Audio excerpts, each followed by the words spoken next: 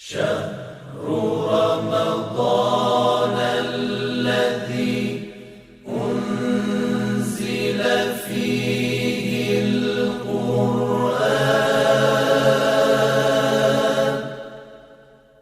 هدى للناس وبينات من الهدى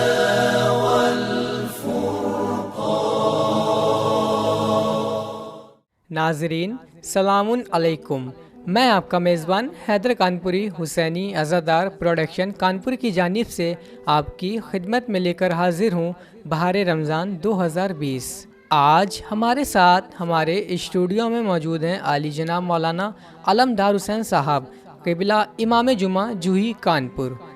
جناب سلام علیکم۔ علیکم السلام ورحمۃ اللہ وبرکاتہ۔ جناب آج ہمارے برنامے کا 30واں دن ہے۔ ہم اپنے بہار رمضان کے 30ویں دن کے برنامے میں آپ کا استقبال کرتے ہیں۔ جناب آپ ہمارے ناظرین کو 30ویں دن کی دعا کا ترجمہ اور تفسیر بتلائیں۔ ناظرین، آج ہم 30ویں رمضان کی دعا کا ترجمہ اور تفسیر آپ کی خدمت میں پیش کریں گے تاکہ ہم دیکھیں آخر رمضان میں ہم اللہ سے کیا مانگنا چاہتے ہیں۔ بسم اللہ الرحمن الرحیم۔ اللہم اجعل صیامی فیہ بالشکر والقبول علی ما ترضاہ ویرضاہ الرسول۔ پروردگارا، تو میرے روزے کو اس مہینے میں پسندیدہ اور شکر سے بھرا ہوا قرار دے دے، کیونکہ اللہ آج 30واں رمضان ہے اور 30ویں دن کی دعا کا ترجمہ پیش کیا جا رہا ہے۔ اگر تو نے آخری رمضان میں بھی ہمارے روزوں کو، ہمارے صیام کو شکر سے بھرا ہوا قبول نہیں کیا تو یقیناً میرا روزہ رکھنا رائے گاں چلا جائے گا، اور اگر یہ روزہ تیری بارگاہ میں قبول نہیں ہو پایا تو پھر میرا عبادت کرنا اور روزہ رکھنا فضول ہو جائے گا۔ والقبول علی ما ترضاہ ویرضاہ الرسول۔ اور اے میرے پروردگار، تو میرے روزے کو ایسے قبول کرنا، میری عبادتوں کو ایسے پسند کرنا کہ جیسے تو راضی ہو اور اس کا رسول راضی ہو، کیونکہ اگر کسی عبادت سے یا کسی روزے سے تیری رضایت، تیرے رسول کی رضایت ہمیں مل جائے تو یقیناً پھر ہمیں شفاعت سے کوئی نہیں روک سکتا۔ کیوں؟ اس لیے کہ تیرے رسول کا راضی ہونا تیری رضا ہے، اور تیری رضا میں ہی تیرے رسول کی رضا پوشیدہ ہے۔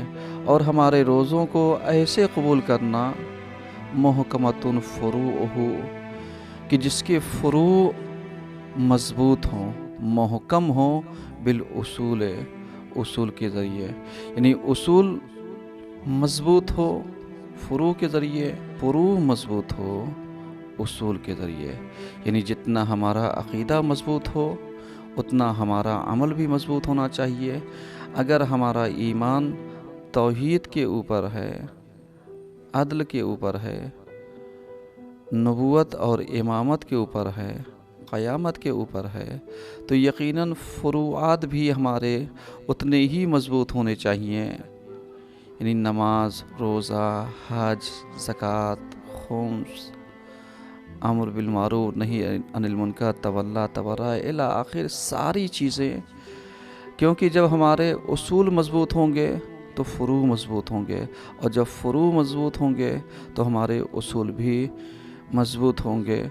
اور یہی وجہ ہے کہ جب ہمارا ایمان تیری ذات کے اوپر ہے، ہمارا عقیدہ تیری ذات کے اوپر ہے تو ہم نے صرف روزہ تیرے لیے رکھا ہے، عبادتیں تیرے لیے کی ہیں، سارے اعمال کو تیرے لیے انجام دیا ہے، اہل بیت سے محبت تیرے لیے کی ہے، تولا اور تبرہ تیرے لیے کیا ہے، تو یقیناً اس رمضان میں میرے عمل کو ایسا قبول کر لینا جس سے تو بھی راضی ہو اور تیرا پیغمبر بھی راضی ہو، بے حق سیدنا۔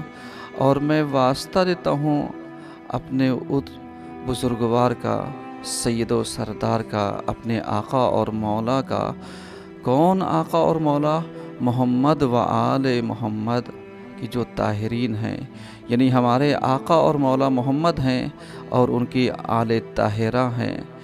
ان کا واسطہ دے کر کے میں اپنے فروع اور اصول کو مضبوط بنانا چاہتا ہوں کہ جس سے تیرے رسول کی رضا اور تیری رضا حاصل ہو جائے، اور اس کی بنیاد پر میں اپنی عبادتوں کو انجام دینا چاہتا ہوں۔ والحمد للہ رب العالمین۔ اور اے میرے پروردگار، اس حمد کے ساتھ کہ تو کی ساری حمد تیرے لیے ہے اور تو ہی عالمین کا پالنے والا ہے۔ اب جب ساری عبادتیں تیرے لیے ہیں تو یقیناً ساری خلائق تیرے لیے ہیں اور تو عالمین کا پروردگار ہے، میری عبادتوں کو قبول کر لینا۔ جناب، آپ ہمارے ناظرین کو 30ویں دن کے روزے کا ثواب بتلائیں۔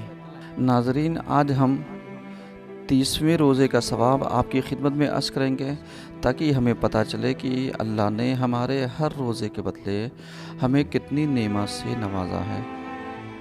پیغمبر ارشاد فرماتے ہیں، جب 30 دن ختم ہو جائیں گے، خداوند عالم ہر اس دن کے بدلے میں جو تم نے گزارا ہے 1000 شہید اور 1000 صدیق کا ثواب تمہارے نامہ اعمال میں ثبت فرمائے گا، اور 50 سال کی عبادت تمہارے لیے لکھی جائیں گی، اور ہر دن کے روزے کے مقابلے میں 2000 روزے لکھے جائیں گے، اور جتنی تعداد کے درخت پودے دریائے نیل کے پانی کی وجہ سے اگتے ہیں، تمہارے درجوں میں اتنی بلندی عنایت فرمائے گا۔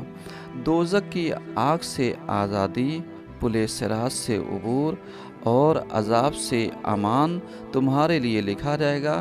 بہشت میں ایک دروازہ ہے جس کو ریان کہتے ہیں، یہ دروازہ قیامت کے دن فقط روزے دار مرد اور عورت کے لیے کھلے گا۔ اس کے بعد امت محمد کے روزے داروں کو آواز دی جائے گی، اے امت محمد، جلدی کرو اور جاؤ ریان کی طرف۔ پس میری امت اس دروازے سے جنت میں داخل ہو جائے گی۔ جو شخص اس مہینے میں نہیں بخشا جائے گا تو پھر وہ کس مہینے میں بخشا جائے گا؟ یہ ایک لمحہ فکریہ ہے ان افراد کے لیے کہ جنہوں نے روزے کو نہیں رکھا ہے یا کسی وجہ سے نہیں رکھ پائے ہیں۔ جناب، آج ہمارے پاس 30ویں دن کے برنامے میں چند سوالات آئے ہیں، آپ ان سوالوں کا جواب ہمارے ناظرین کو دیجیے۔ جناب، ہمارا پہلا سوال، اگر کوئی انسان ماہ مبارک رمضان میں دعا جوشن کبیر ایک بار پڑھ پائے تو کیا 3 بار پڑھنا واجب ہے یا نہیں؟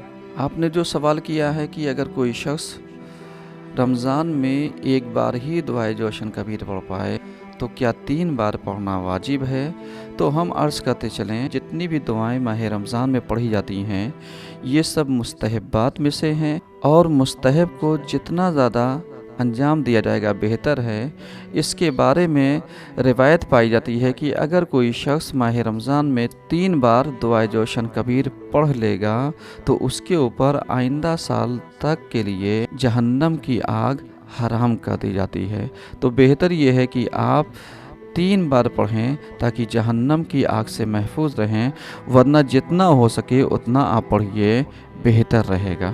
جناب، ہمارا دوسرا سوال، فطرہ ہمیں کتنا نکالنا چاہیے اور کس حساب سے نکالنا چاہیے؟ آپ نے دوسرا سوال کیا کہ فطرہ کتنا نکالنا چاہیے اور کس حساب سے، تو ہم عرض کرتے چلیں کہ فطرہ ہر مسلمان بالغ پر نکالنا واجب ہے کہ اس کے ماتحت اور زیر کفالت جتنے بھی افراد ہیں ان کا فطرہ نکالے، ولو 1 دن کا